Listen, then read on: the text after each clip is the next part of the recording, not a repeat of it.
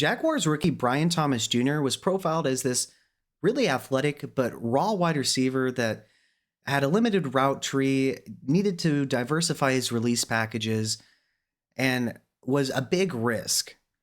But as we've seen, he's putting up serious numbers, especially considering the dysfunctional nature of the offense and multiple quarterbacks starting. And so we're going to take a look at his profile, his athleticism, take a look at his advanced stats, and then break down the growth that we've seen from him on film, take a look at his strengths and weaknesses, and then assess what we might be able to see from him in the future.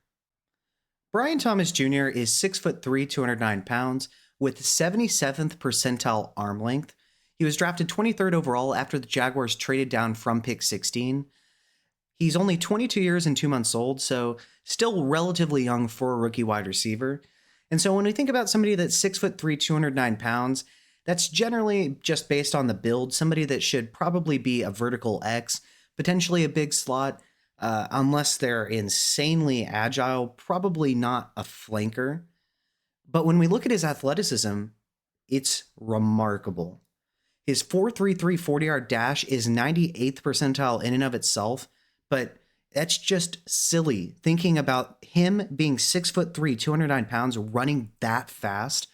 And in fact, that's a 99th percentile speed score. And he also has an 83rd percentile burst score. He didn't perform in the agility drills, so we don't have a mark there, but he does have a 98th percentile catch radius. And so across the board, we see that this guy is a ridiculous athlete.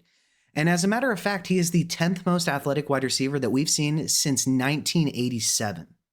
And so, like I said, somebody that's 6'3", 209 pounds is generally somebody that should be able to be an X wide receiver, potentially a big slot, but probably not a flanker. Well, when we take a look at his utilization, he's used 27.1% of the time in the slot and 72.7% out wide. And so in general, he is a vertical X, but he also does play a little bit of flanker, but he also plays in the slot a decent amount of the time. And so I wanted to take a look at weeks 1 through 15 and wide receivers that had at least 69 total targets in this time frame. And so that was a total of 47 wide receivers. When we take a look at his yards per out run, his 2.26 are 12th in the sample size. That's awesome. Look at his PFF receiving grade of 80.3, that's 19th. That's great as well. But his yak per reception of 6.9 is 3rd. He is amazing after the catch. Speed plays a big factor there. Looking at his missed tackles forced, his 8 are tied for 22nd, so middle of the road there. His 4 contested catches are 44th. There are two things at play there. He isn't the best contested catch guy for sure. He does struggle at times at the catch point, but he is open so much of the time that there isn't really any need for him to have contested catches. Looking at his targets, his 96 ranked 18th, his 64 receptions ranked 19th, but his yards of 956 are 8th. Plus, he's a good touchdown scorer and definitely a red zone threat. His 8 touchdowns are tied for 5th. And another couple of stats to pay attention to, his 49.5% route win rate is 19th in the entire NFL. His 1.88 yards of target separation are 14th in the entire NFL. And his 38.4% dominator rating, that's his market share of the total yards and touchdowns of the offense, is 5th in the entire NFL. Long story short, he is the offense for the Jaguars. And so let's take a look at how he performs in man and zone specifically, and then look at how explosive he is. When we take a look at his PFF grade versus man coverage specifically, his 74.9 rating is tied for 26th in the NFL. That's pretty solid. His yards per out run versus man specifically of 2.04 is 24th. So not elite, but pretty good. But look at his PFF grade versus zone. His 78.7 is 10th.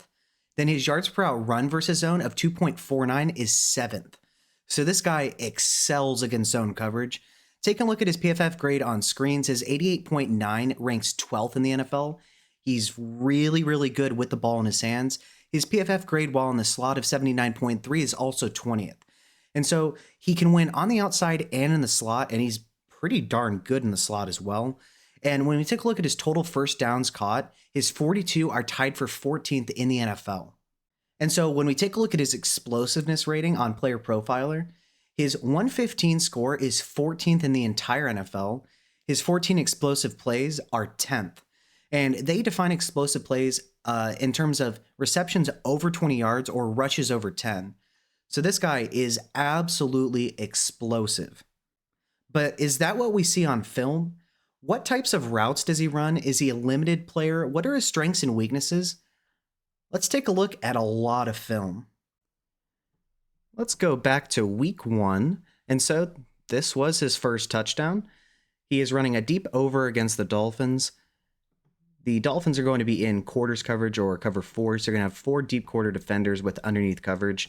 Situationally, it's 3rd and 11, and so they are going to be playing a little bit deep to try to prevent the touchdown, which makes this all the more impressive.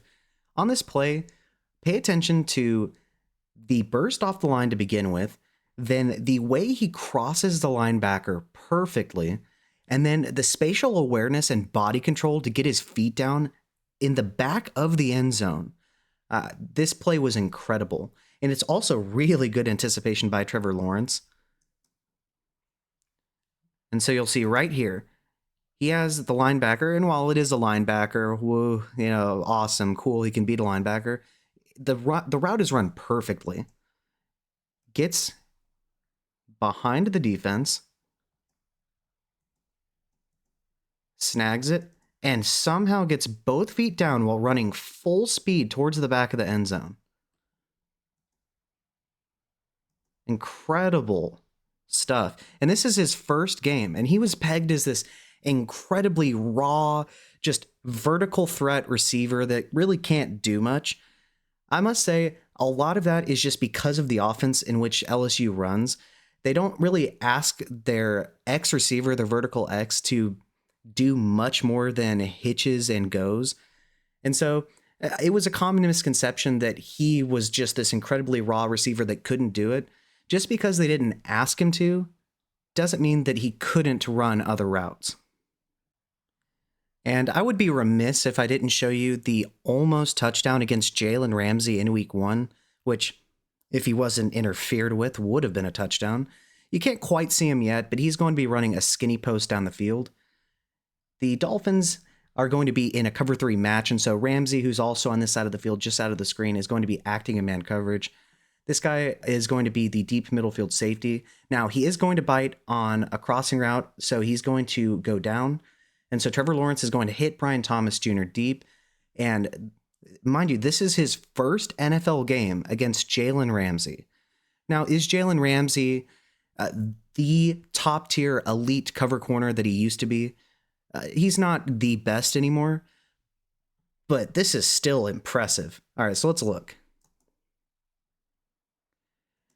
And so right now, what he's going to do is press as far to the left as possible to keep Ramsey with outside leverage. And he knows exactly what he's doing, that purposefully, obviously. And so then he's going to curve inwards, look for the ball, track it. Almost came down with it despite being interfered with. You see the laundry coming in.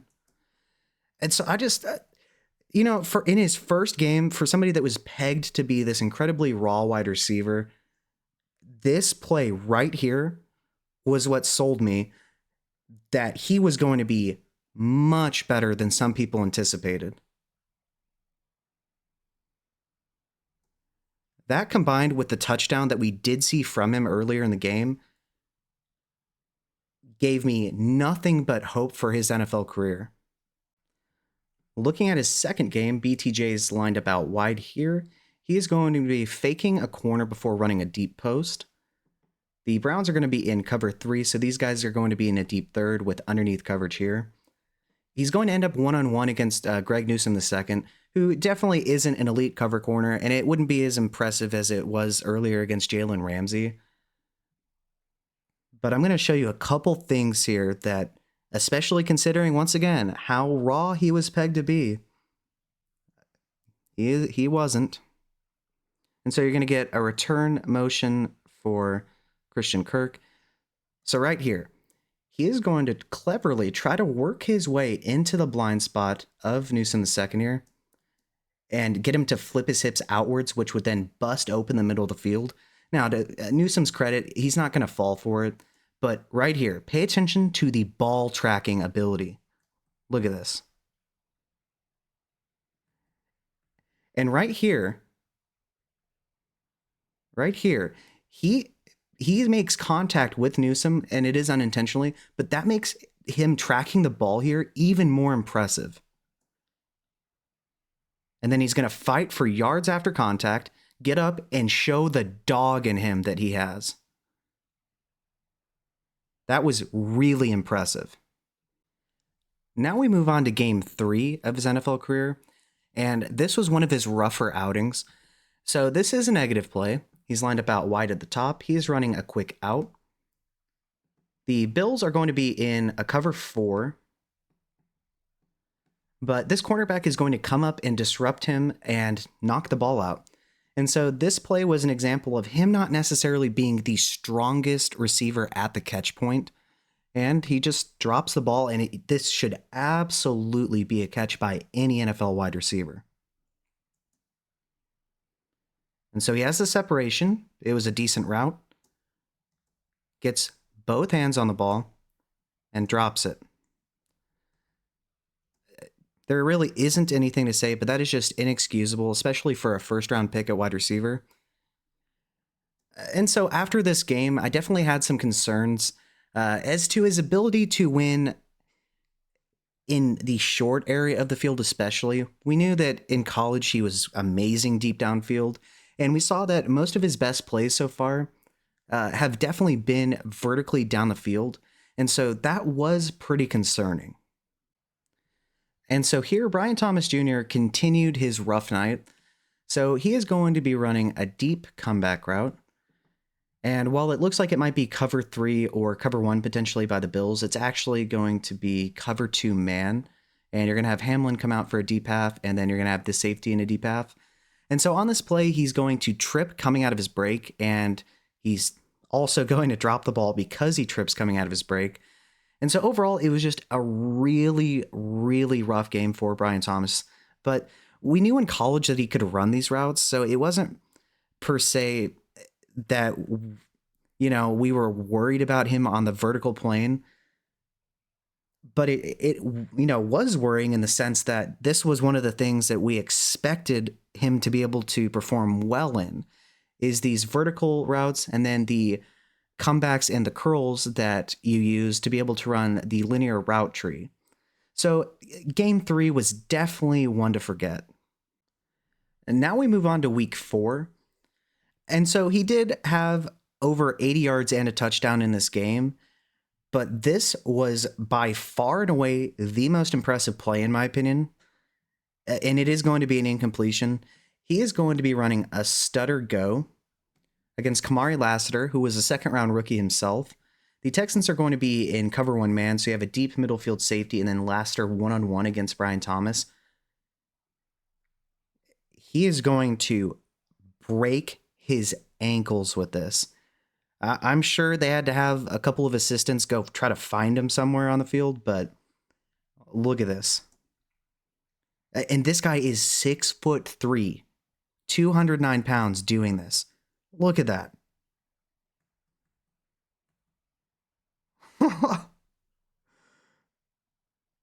Only if Trevor Lawrence threw a little bit better of a ball here. I do think, though, that right here, Lassiter is going to get a little bit of a hold on him, which I do think is going to slow him down just a little bit. Oh, that would have been one of the best plays of the entire season from Brian Thomas Jr. if he would have caught it. But still, that separation and the filthy double move here, that was awesome. Taking a look at week 5. Now, we all know he scored that 85-yard busted coverage touchdown. That's great, but there's nothing to glean from that per se, other than that he is just that fast and quick. Here, though, and you'll also notice that most of the plays I had been showing you were on the vertical plane. This is a really nice dig route. So he, like I said, is going to be running a dig. The Colts are going to be in cover 4 or quarters coverage. So these guys are going to be in deep quarters with underneath coverage by the linebackers. So he's going to find the soft spot in the zone in between the linebackers, but beneath the safeties. But here, he makes a really nice catch behind him. And so it was encouraging to see him working horizontally this time and also make a nice catch away from his frame behind him. And then he did have a second to end up catching this before he was hit, but still to catch it through contact behind him, very, very encouraging. And so he's starting to appear to be more of a complete receiver. And so I said that week 3 was, in my opinion, his worst game. It is arguable that week 6 here against the Bears could definitely be his worst game. So here he is going to be running a corner route. And so he does everything right. He's open, he gets both hands on the ball, and he drops it. The Bears are going to be in cover 1 man, and so you're going to have man coverage here throughout with a middle field safety. Like I said here, this is just an inexcusable drop. They were trying really hard to come back and beat the Bears, and he did Trevor Lawrence no favors.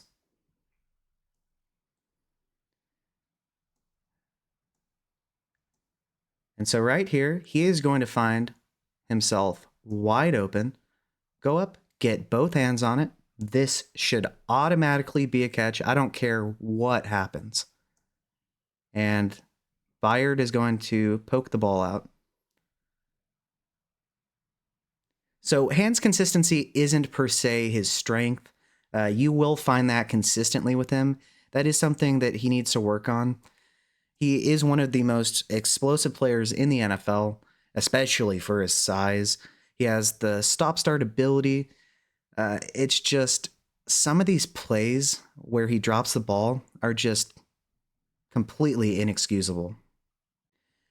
And here against the Patriots, despite this being a positive play in the sense that he did score a touchdown on this slant, due to busted coverage here by the Patriots, he is going to be completely open. I mean, there is nobody remotely close to him. I think was supposed to be a cover 1 with a deep safety here. And then I think that Marcus Jones, the slot corner here, is supposed to be in man coverage. Regardless, he being Brian Thomas, is going to find himself wide open. And while the pass from T-Law is a little bit high in the sense of it's not right in the numbers, this shouldn't. So he isn't going to catch this cleanly, and there really isn't any excuse. So you see right here, he has to go up a little bit, but he isn't going to catch this cleanly. And like I said, yes, it's going to result in a touchdown, but this is the easy stuff that there just isn't any excuse to not catch this cleanly. Had there been a defender there, he probably gets that knocked out. And so, like I said, maybe you might think I'm being a little bit too harsh on some of these plays, but hands consistency is so far throughout all of the film has been, in my opinion, the biggest issue. Despite the fact that he gets wide open, he is physically dominant, he's faster than everybody, you still need to be able to catch the ball. And so far, we've seen a couple times here on film that he just isn't catching some of these catchable passes cleanly. And here against the Packers, dare I say it, do we have creative play calling by Press Taylor? It's absolutely the first that I've ever seen. So BTJ is going to go in motion before returning for a tunnel screen. The Packers are going to be in a cover 3, so you're going to have 3 deep third defenders, and then you're going to have your underneath coverage. On this play, it's really impressive, the vision he has and the way he maximizes the yards after the catch. He is pretty slippery for his size, and you'll see it more so in the film I'm going to show you later. They really started using him in the short area of the field more, and he has shown that he's very good in the short area of the field. And so he goes in motion before returning for a tunnel screen. So T-Law gets it, perfect ball. He's going to split the 2 defenders, size up the guy in the middle, juke him out, and maximize his yardage. Very, very impressive considering his size. He's an incredibly fluid athlete. And I really like him with the ball in his hands, especially on screens. He is absolutely underrated in terms of maximizing yards after the catch. If you like what you're seeing and hearing so far, feel free to like and subscribe. It's a free and easy way to support the channel, and I'd really appreciate it. I love doing these player breakdowns where we take a look at players' profiles, their usage, their advanced stats, and then break down what we see from these guys on film. So if you want to see more content like this in the future, just like and subscribe. Thanks. And here is his touchdown against the Packers. So just like before on that slant, while this is a positive play in the sense of he does score a touchdown, if he could just have caught this cleanly, you know? So he is going to fake a corner before running a post. The Packers are going to be in quarters or cover 4. And so you're going to have these guys in deep quarters with underneath coverage. He's going to split the two safeties in the middle of the field. He does a fantastic job selling the corner. And so everything except catching the ball cleanly is on display here. So look at how the safety bites for that. Wide open. And it hits him in the hands. He initially doesn't catch it. Does end up coming down with it. He actually hurts himself by landing on the ball here. And if he had caught it cleanly, that might not have happened. And so, like I said, he's incredible before the catch. He is wide open. It's just at the catch point, some of these touchdowns really just were not caught cleanly. And so while you'll never see it on the actual stat sheet, that is very discouraging to see that despite the positive results here, he's just not catching the ball cleanly. And in his second game against the Texans, Brian Thomas is right here. He's going to get the Quentin Johnston special, aka a pick play set up on a shallow cross. So he's running the drag route. You're going to get another drag route with a mesh concept, and you are going to get a stab route here. This is designed to muddy up the middle of the field to allow Brian Thomas Jr. to have a free catch. The Texans are going to be in straight cover 1 man. And so, like I said, you're going to have man coverage throughout with a deep middle field safety. And so, like I said, it's the Quentin Johnston special. Here we get to see how blazing fast Brian Thomas Jr. is.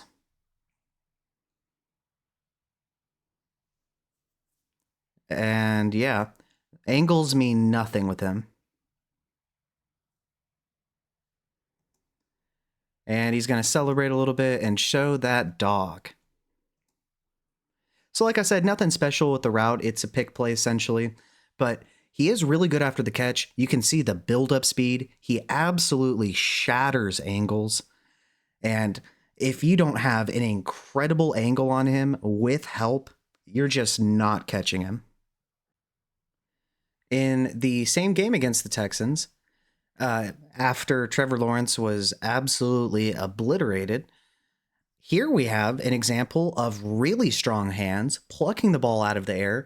And it's actually more impressive than you would think because, as you can see with the shadows, the sun is going to be directly in his face as he looks towards the quarterback for the ball. So he is going to run a sluggo where he fakes the slant and hits the go route. The Texans are going to be in cover 2, so you have these two middle field safeties and underneath coverage. And so he's going to exploit the hole in the zone here. He's going to go up, grab the ball with both hands. There is absolutely no bobbling of the ball whatsoever, and it's just dominant. And I just wish we could see this with all the other plays because he can clearly do it. And in this example, he has the sun in his eyes. So, you know, it's confounding, honestly. Good route, snags the ball, no doubt about it. And I just wish we could see this more often because he's just proven right there that he can have firm hands and that even in the most difficult of situations that he can do it. So I just really wish we would see this more consistently on his film. And so this is the first play on film where I've seen a lack of effort, at least in my opinion, from Brian Thomas Jr. So he's going to fake the corner before running a stop. The Titans are going to be in cover 3, so you're going to have 3 deep third defenders with a robber underneath.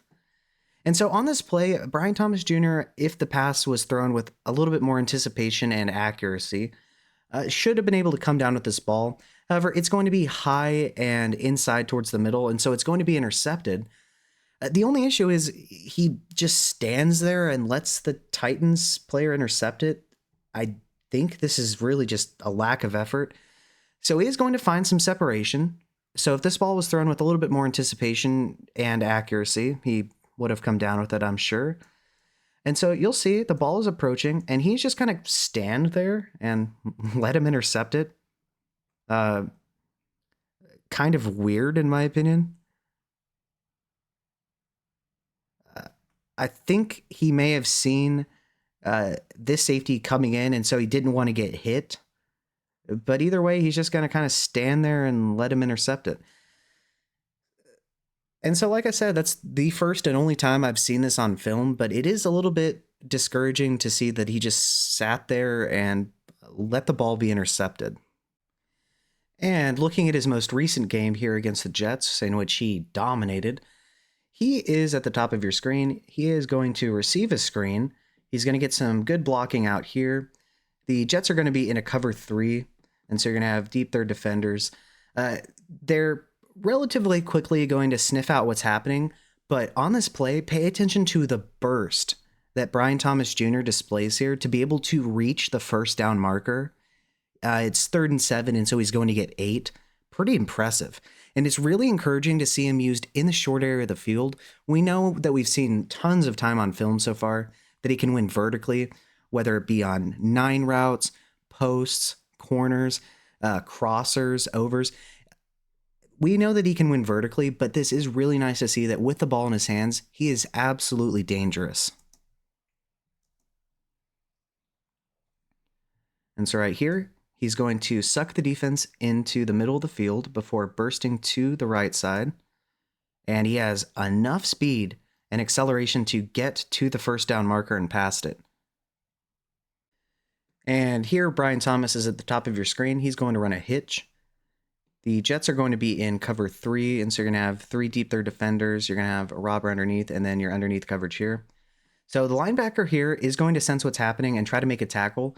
Immediately after catching this, Brian Thomas Jr. is going to juke him and try to maximize yardage. Like I said, for being somebody that's 6'3", 209 pounds, he is incredible with the ball in his hands. And there really wasn't much to do because the whole Jets defense collapsed on him. But like I said, made the first guy miss, maximized yardage. Really not much more you can ask out of him. And it's really encouraging to see in the short area of the field that he's also getting this utilization. And so here we're going to get a bang 8 by Brian Thomas. The Jets are going to be in a cloud cover 3. So Sauce has this third, this safety has the middle third, and this safety has the other third. And you're going to get underneath coverage. So he's going to find the soft spot in the zone here, which good job on his part. But here you are going to see how effortlessly he just glides past the defense. I mean, this guy has otherworldly speed. Somebody his size just is not supposed to be able to do this. Look at how he pulls away from everybody. The Jets are incredibly lucky that they had the angle on that play with 2 players.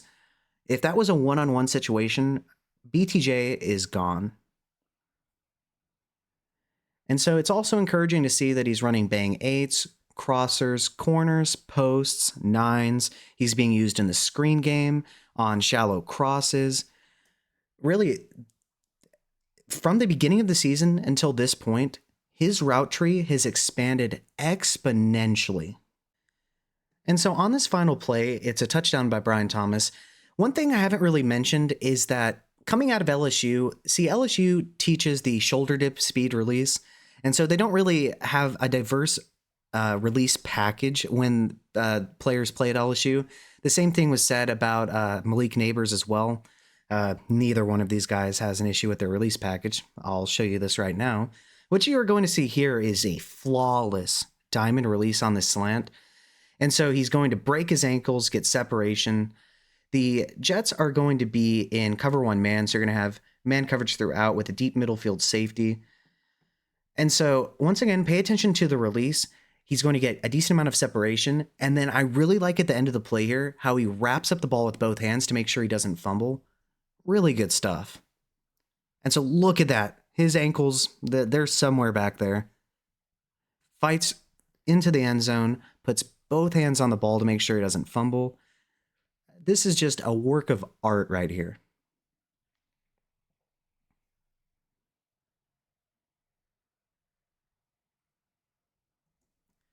And so overall, I've been nothing but impressed with Brian Thomas Jr. Towards the beginning of the season, he was working a lot more on the vertical plane, so we didn't get to see these slants, the shallow crosses, the bang eights, a lot of these routes in which we saw that he was running towards well, I'd say the end of the season. It's only week 15 at the time of which I'm recording this, but you can definitely see the growth in his game. We definitely, though, out of everything in terms of the criticisms of what I've seen from him on film, I think the one thing that he really, really needs to work on is his hands consistency. And so after watching the film on Brian Thomas Jr., we saw the growth from purely a vertical threat at wide receiver to somebody that's being used on digs, slants, shallow crosses, bang eights. We see that he's being used all over the field. We see that he does struggle with his hands consistency. We saw some of those easy touchdowns like that open slant against New England where he bobbled the ball before catching it. If it would have been a contested catch situation, he probably isn't hanging on to that. We did see some plays where, specifically against the Chicago Bears, where on that corner route, he was wide open, had both hands on the ball, but let Kevin Byard pry the ball away from him. So there's definitely concerns there. I don't think that's something that's going to haunt him per se. I think he can definitely get better at the catch point. But the raw speed, acceleration, the ability to do smooth double moves in his route running, his really good ability after the catch, especially on screens and in the open field, his ability to shred angles, that's just something that most receivers can't do. And so that gives him such an advantage over his peers that really can't be understated. And when we look at his usage, he's used perfectly. We saw that he's 6'3", 209 pounds with 77th percentile arm length, while also having a 98th percentile 40-yard dash time with a 99th percentile speed score. We see that he was used 72.7% of the time out wide and 27.1% in the slot. And so we see that he's used as a slot wide receiver and generally as a vertical X. That is absolutely the role that is suited for him. We saw that his 49.5% route win rate was 19th, his 1.88 yards of target separation are 14th, and his dominator rating, which once again was his market share of the team's total yards and touchdowns of 38.4%, is 5th in the entire NFL. And this was somebody that was pegged as a raw prospect. Right, get out of here. Remember that his 2.26 yards per route run is 12th in the entire NFL. His 80.3 overall PFF receiving grade is 19th. His 6.9 yak per reception is 3rd. This guy is the real deal. He is a threat vertically in the intermediate area of the field and in the short area of the field as a true 3-level threat wide receiver. He's doing this with Mac Jones and Trevor Lawrence in a completely dysfunctional offense. This guy is going to be a dominant force for years to come, and it really shouldn't shock you if eventually, with some more polish and especially work at the catch point, if he becomes a top 5 wide receiver at the NFL level.